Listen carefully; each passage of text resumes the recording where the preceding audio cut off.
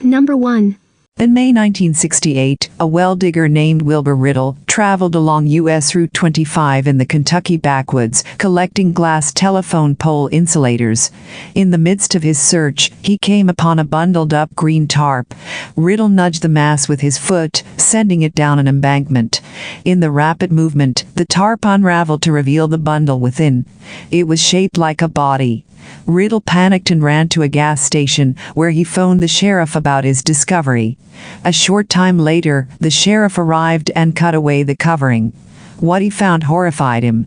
There, frozen in the stiff position of someone trying to escape, was the badly decomposed body of a young girl. She looked to be a white teenager with short brown hair. Apart from the decay, her appearance was unremarkable. Once the press took hold of the story, the unidentified female was quickly dubbed the Tent Girl. Police issued a public appeal for any family members with a missing relative. No one ever came forward. Despite a few false leads, the unknown victim was finally laid to rest in Georgetown Cemetery in 1971 with a heartbreaking epitaph. Tent Girl, found May 17, 1968, on U.S. Highway 25, and died about April 26, May 3, 1968, age about 16-19 years, height 5 feet 1 inch, weight 110 to 115 lbs. Reddish-brown hair, unidentified. Decades later, a man named Todd Matthews began dating Wilbur Riddle's daughter, Lori. Lori recounted her father's story to Todd, after which Todd became somewhat obsessed with researching the case. He traveled to the Tent Girl's gravesite and visited area newspapers in search of any small clue that might push him in the right direction. In addition to press coverage, Todd was interested in finding reports of missing persons from the same time period. The internet did not yet exist, and Todd's research was limited to phone calls and interviews. For 10 years he gathered shreds of information from various sources, but nothing valuable materialized. Finally, the age of the internet dawned, and Todd was thrust into a world where distance was no longer a barrier. Through a community of people who shared an interest in cold cases, Todd stumbled across a posting one evening in 1998 that put a lump in his throat. It was from an Arkansas woman named Rosemary Westbrook. She was looking for any information on her older sister, who had gone missing after being seen in Lexington, Kentucky. The description given by the woman matched the appearance etched into the Tent Girl's tombstone. "My sister Barbara has been missing from our family since the latter part of 1967. She has brown hair, brown eyes, is about 5 feet 2 inches tall, and was last seen in the Lexington, Kentucky area. If you have any information, please contact me at the address posted." Todd contacted the woman and put her in touch with Kentucky's forensic medical examiner. On March 2, 1998, the Tent Girl's body was exhumed and sent to a laboratory in Frankfort, Kentucky. DNA testing was conducted using a cheek swab from Rosemary and pulp from one of the corpse's teeth. The results definitively identified the Tent Girl as 24-year-old Barbara Ann Hackman-Taylor. Barbara had moved to Kentucky without her family's knowledge. At the time of her disappearance, she was working in a restaurant and had a young daughter. She was also married to a carnival worker named George Earl Taylor, who claimed he hadn't seen her in years and that she had left him for another man. By the time Barbara was identified, George Taylor was long dead, having succumbed to cancer in October 1987. He was never officially implicated in her murder, though Todd Matthews believed him to be responsible. Solving the mystery of the Tent Girl's identity gave Todd Matthews a sense of purpose. He joined the DOE network, a bulletin board of missing person cases, and helped build it into a national database. It now contains thousands of cases. Todd also assisted in the formation of Eden, Everyone Deserves a Name, an organization comprised of volunteer artists and sculptors who donate sketches and facial reconstructions to help with the identification of bodies.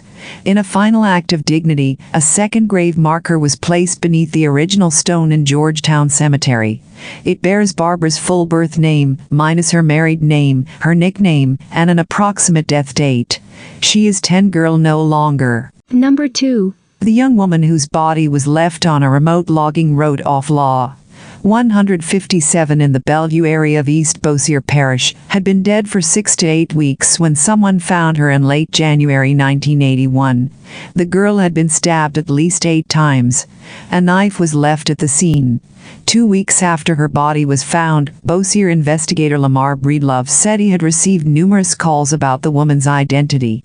Though some of the calls had come from as far away as Michigan, most had been from people in the Shreveport-Bossier area, he told the Times in a February 13, 1981, story. The mystery woman was described as in her early teens to early 20s, with dishwater blonde hair, wearing blue jeans and a beige sweater. The most distinguishing thing she had on was a large belt buckle in the shape of a buffalo nickel, Breedlove said. Police hoped a physical description, particularly with the belt buckle, would bring clues as to who this woman could be. Unfortunately, for almost 35 years, the murdered woman's identity would remain a mystery. She would become known as Bossier's Doe. Carol Ann Cole's family members, especially her grandmother and sister in Michigan, waited and wondered where the 17-year-old girl could be. Though they didn't know what had happened to her, Cole's family knew she had been in the Shreveport area at some point. Cole and her sister, Jeannie Phelps, had been living with their grandmother in Kalamazoo, Michigan, when Carol Ann decided to go to San Antonio, Texas, with her mother in the late 1970s, Phelps said. That was the last time Phelps saw her sister, though they kept in touch. She was my big sis, she was like my mother hen, Phelps said. We were so close. At some point after the move, Cole's mother is said to have placed her in a rehab facility in Austin, Texas.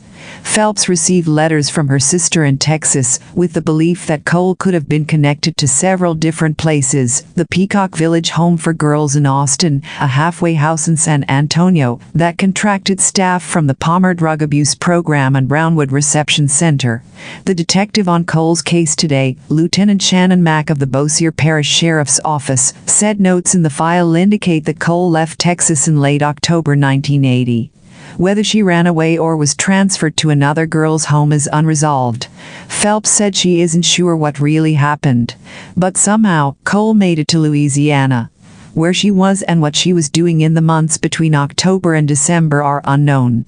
In early December 1980, Cole made phone calls home to Michigan, which were traced back to locations in Shreveport, one from a house on Howell Street, which is now the extended part of Fairfield which runs into downtown, and another from an address in the 6800 block of Fairfield, Max said. Cole told her grandmother that she was babysitting for someone in the area. Then contact ended. 2 weeks before Bossier Doe's body was found, Max said, Cole's grandmother called local law enforcement to inquire about Cole's whereabouts. But when the young woman's body was found in Bossier Parish, Cole was ruled out as being that person. It wasn't based on dental records.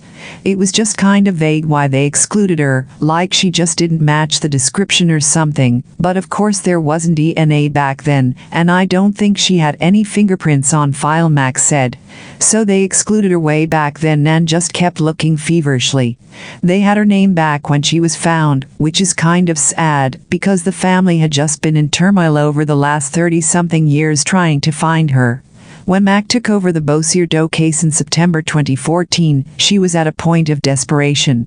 We had finally gotten a full DNA profile of Bossier Doe, which we hadn't had before, Max said. And we'd gone through all the missing girls and tried to match, and didn't have anything. So, Mac decided to use a powerful newer tool, social media. A computer-generated image of what Bossier Doe looked like, along with photos of the clothes she was wearing when found, were posted to a new Facebook page. Mac and another site administrator took turns posting information about the Bossier Doe case, giving details about where she was found and where she could have been. Within a week, the page had more than 1,000 followers. It didn't take long to receive a big lead. A visitor who saw the page and the image of the unidentified girl recognized it as matching a Craigslist ad created by a family friend in search of a missing person. The girl in the ad was Cole. DNA testing with help from family members confirmed on March 5, 2015, what Cole's family said they had been told years before wasn't true, that Bossier Doe was Carol Ann Cole. After decades of wondering, Phelps finally knew where her sister was. I just happened to be at the doctor's office when I got the call to tell me that it was her, Phelps said. They were able to sit me down, and it was just like it was still shocking, even though I had been anticipating it. Those few weeks seemed longer than the last 36 years, waiting for those DNA results. The positive identification was a revelation celebrated by law enforcement and followers of the case. The mystery, though, wasn't solved. Who killed Carol Ann, and why? Numerous theories are in play in the mystery of who killed Cole. All come to dead ends or have missing pieces that keep investigators from reaching the full truth. When Max started working on the case, she went back to the beginning when Cole's body was discovered. A local man, John Chesson Sr., and his two children, John Jr. and Francis, were either out hunting or looking for scrap metal when the children came across the body. Junior and Francis found it, called out to their dad. He was close by, near, and could see them, Max said. They left in the pickup truck, went back to the house, which wasn't far away from where they were, called the sheriff's office, and then took them back out to the site. In 2014, Max set out to find John Chesson Sr., and that was when she discovered that he was in prison for murdering his estranged wife's former mother-in-law in 1997, his wife's former husband's mother. Red flags, Max said. Chesson's daughter, Frances Aucoin, said that when she saw the pictures of Cole after she was identified as Bossier Doe, memories came flooding back about a girl who her father had picked up on a street corner in Shreveport in late 1980. Aucoin, who was 12 at the time, believes that girl was Cole. She thinks Cole also stayed at their house briefly. It was the clothing and stuff around her, because I had flashbacks to what she had at the house, Aucoin said. Her purse was left behind at the house. I couldn't figure out why would this girl leave her stuff here. On the day she and her brother found the body, Aucoin said, her father parked the truck and instructed them to walk in a certain direction. He kept looking at us like he was waiting for something, Aucoin said. All of a sudden, we walk into this pile of stuff we couldn't tell what it was. We brushed the leaves around and saw the body. Aucoin said she believes without doubt that her father was involved in Cole's death. Mac interviewed Chesson numerous times before he died late last year. She also interviewed Aucoin and the widow of John Chesson Jr., who died in 2008. I didn't know Frances had actually been there at the discovery of the body until I talked to her, and John Sr. confirmed that, Max said. He denied any part of anything, denies picking the girl up. When Frances said that, I went back and talked to him about that. He said he did pick up hitchhikers, but he never picked them up in Shreveport. But Max said when she asked Frances to take her to the place where her father allegedly picked up Cole, Aucoin took her near one of the locations where Cole last made a telephone call to Michigan. She didn't have any information that I had about the telephone calls or where those calls were made, Max said. Still, without physical evidence or a confession, and in light of Chesson's death, Mac isn't sure if there will ever be enough information to fully verify Chesson's guilt. In my gut, I feel like John Chesson probably had something to do with it, but I still have to kind of think outside the box, Max said. Because if I can't prove it, I have to think about who else could have done it. Police also looked into a possible connection with the kidnapping and murder of 14-year-old Virginia Smith in Shreveport on Halloween in 1980. 3 men had been indicted in connection to the crime, Max said. We followed up on that avenue, Max said. One of the suspects is deceased, the other one is still incarcerated, and the other one has since been released, and we haven't been able to find him. That became a dead avenue as well.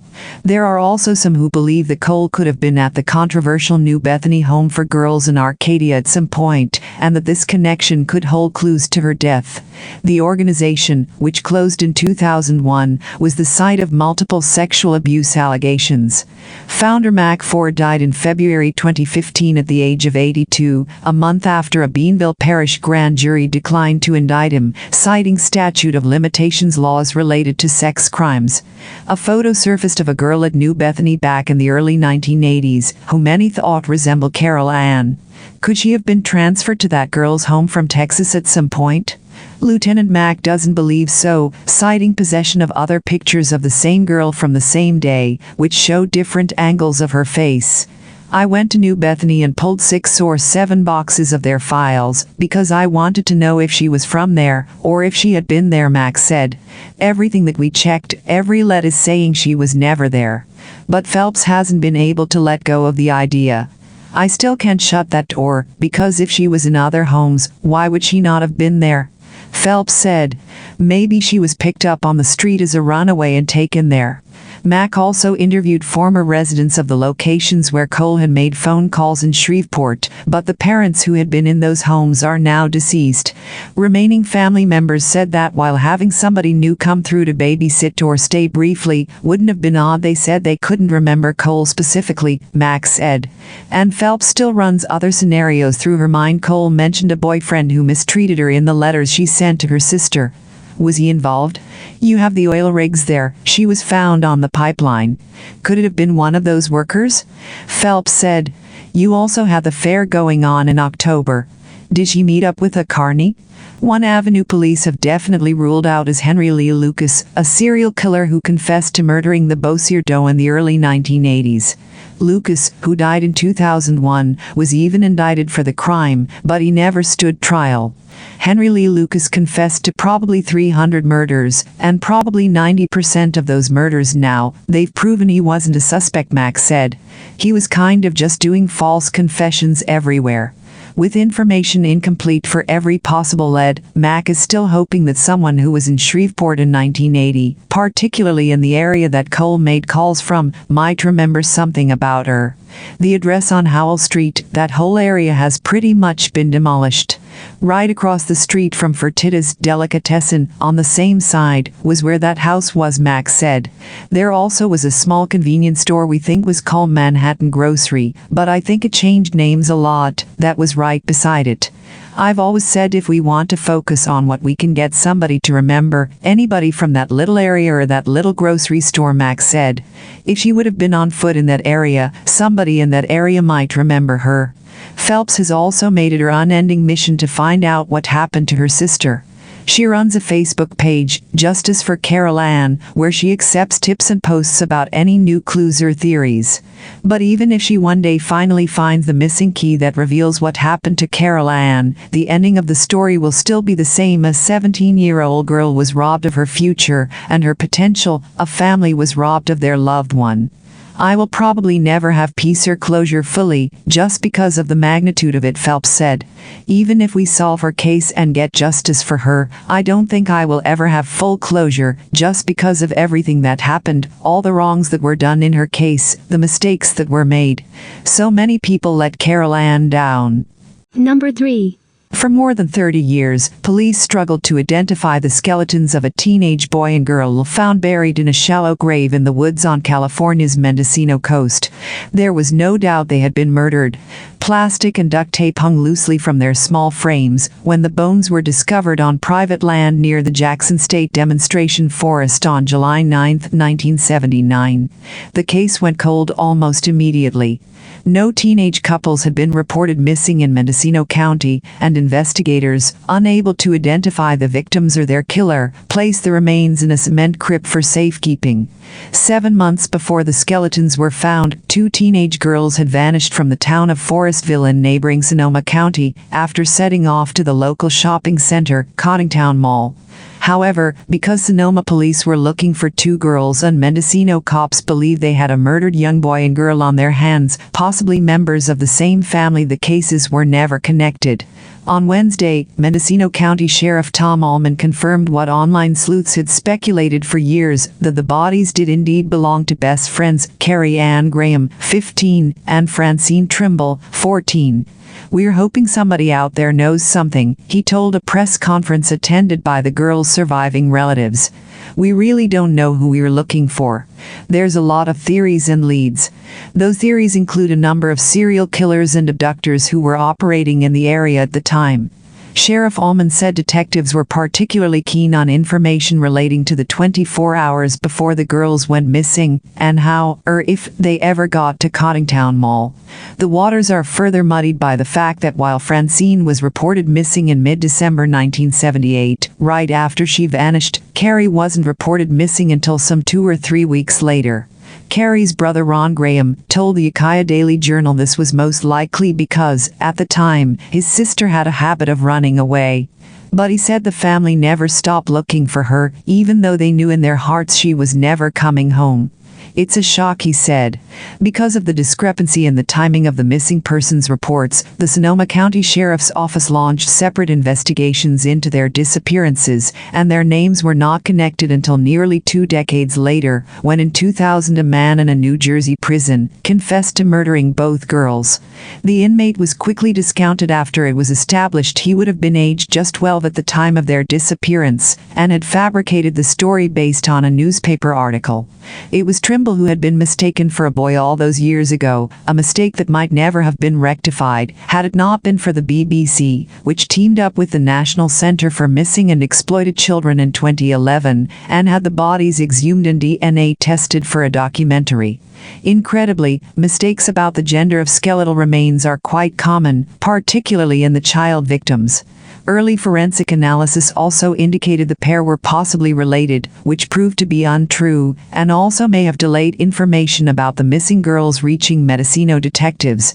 Forensic odontologist Jim Wood, who is now a Californian assemblyman, was the first to question the familial relationship between the victims when he examined their teeth in 2000.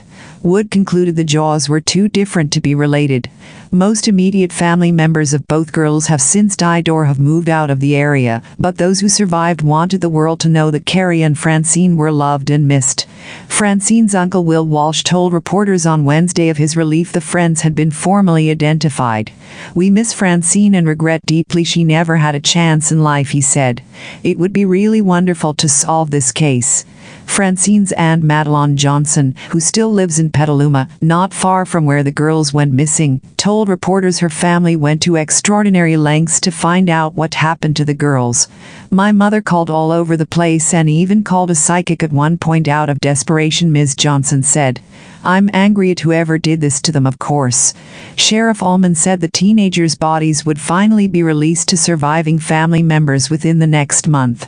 Detectives over the years have investigated a number of possible suspects in the case, including several serial killers and abductors who may have been in the area at the time.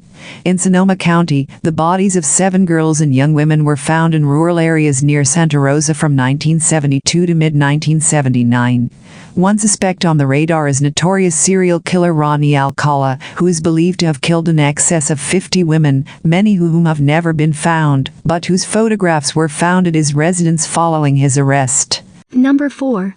The Pearl Lady was an unidentified white female aged 60 to 70 found in the Ohio River in 2006, wearing a strand of pearls. She remained a Jane Doe and was not identified as Barbara Rose Precht until 2014.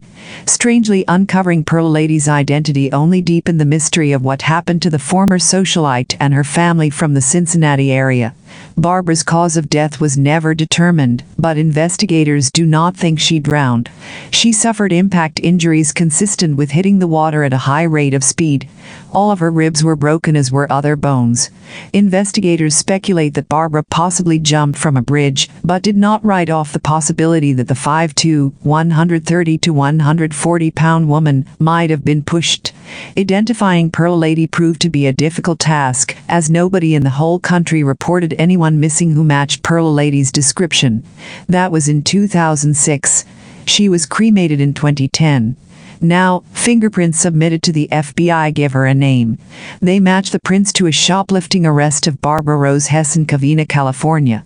They were able to link her by her maiden name to her husband, James Precht, and found the 79-year-old man staying at an apartment in Clifton.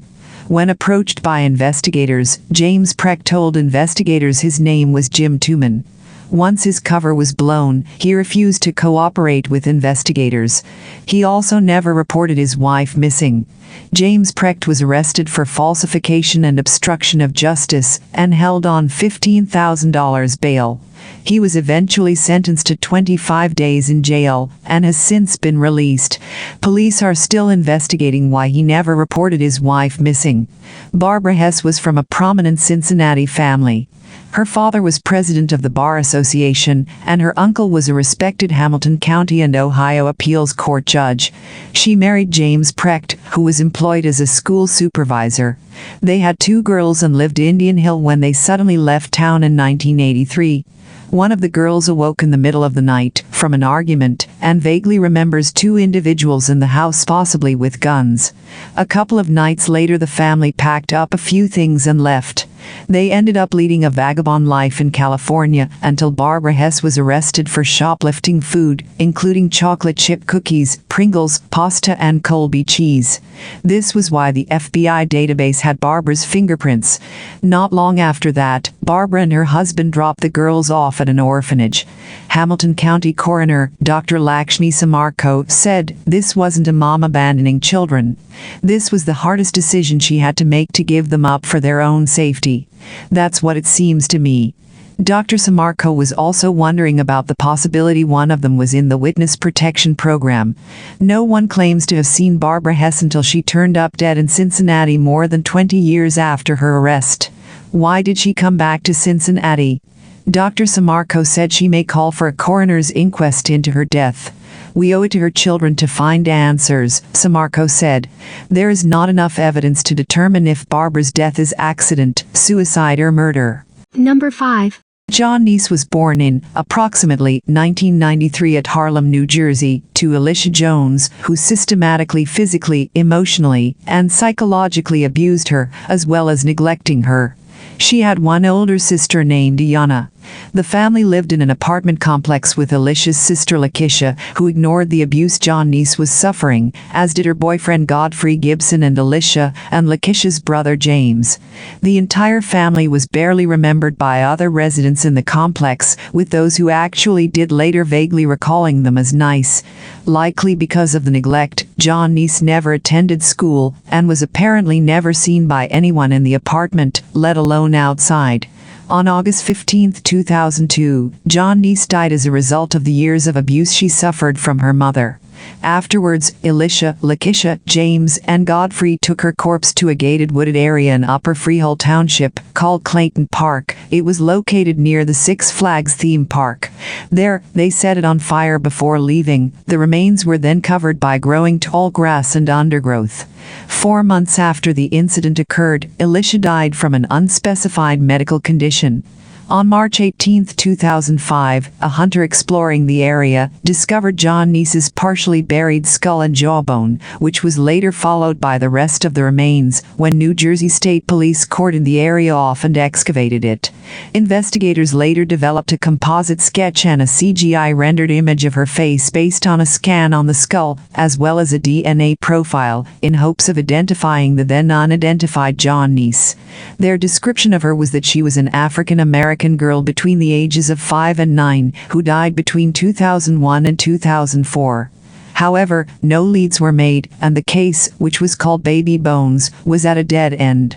In 2009, the TV show America's Most Wanted broadcast an episode featuring detectives on the case seeking new information, thus giving the case more widespread public attention. However, no one still came forward with new clues, and the case briefly went cold. Finally, on August 2012, a tip was made to local child welfare services about the body's identity. After reinvestigating the case using the tip, police were able to identify John Neese and arrest Lakeisha, James, and Godfrey, who had married Lakeisha by that time, on October 9th. All 3 were charged with counts of evidence tampering, obstruction of justice, apprehension hindering, and conspiracy to commit said crimes. Godfrey later received an additional charge of obstruction of justice after threatening a witness on the case. The superintendent of the New Jersey State Police later commented, "The family members of John Neese Jones turned a blind eye to the constant physical and mental abuse this young girl endured for years. Because of the hard work by investigators, these 3 suspects will now have to answer for their alleged unthinkable actions." It was later revealed that the tip was made by John Neese's sister Iana. To date, March 2014, there have been no updates regarding the case, although Lakeisha, James, and Godfrey still remain incarcerated.